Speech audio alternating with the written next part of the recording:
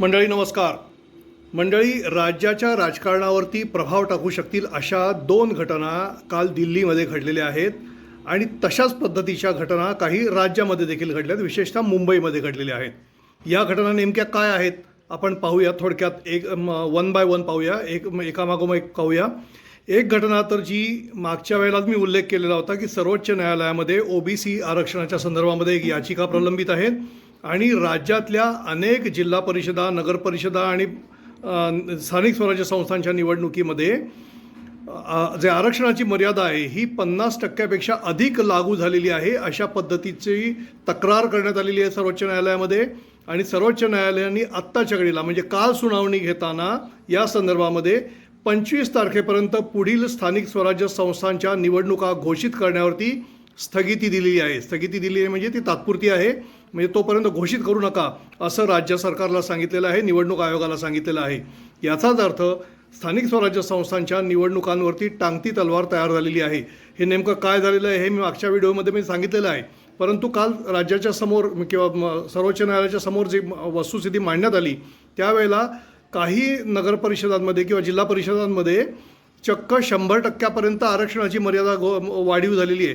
जी आरक्षणाची मर्यादा 50% असायला हवी अशा पद्धतीचे सर्वोच्च न्यायालयाचे निर्देश आहेत, त्याचं सरासर उल्लंघन करण्यात आलेलं आहे.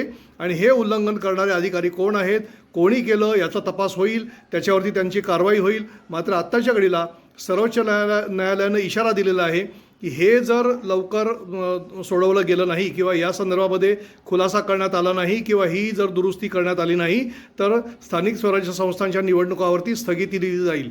दुसरी घटना घडलेली जी आहे ती अमित शहा यांची भेट घेतली, एकनाथ शिंदे यांची. भाजपाच्या संदर्भामध्ये त्यांच्या ज्या तक्रारी आहेत, म्हणजे राज्य सरकारच्या भाजपाच्या संदर्भामध्ये ज्या तक्रारी आहेत त्या प्रदेशाध्यक्ष रवींद्र चव्हाण यांच्याबद्दल आहेत, कदाचित मुख्यमंत्र्यांबद्दल पण असतील. त्यांनी ते अमित शहांकडे सांगितलेले आहेत. त्यांना दाबण्याचा प्रयत्न केला जातो असं ते म्हणालेले आहेत. याचा परिणाम राज्यातल्या राजकारणावरती नेमका काय होतो हे पाहावं लागणार आहे.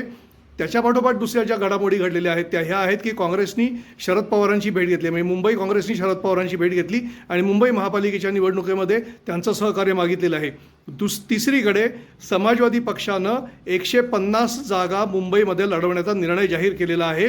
त्याच पाठोपाठ आशिष शेलार यांनी स्पष्टपणे सांगितलेलं आहे की कुठल्याही परिस्थितीमध्ये नवाब मलिक यांच्या नेतृत्वाखालील अजित पवार गटाला, म्हणजे अजित पवारांच्या राष्ट्रवादीला आम्ही सहकार्य करणार नाही. याचा अर्थ एकमेकांमध्ये पाय गुंतलेले आहेत, एकमेकांमध्ये तंगड्या घालून हा प्रकार पाडण्याचा सुरू आहे.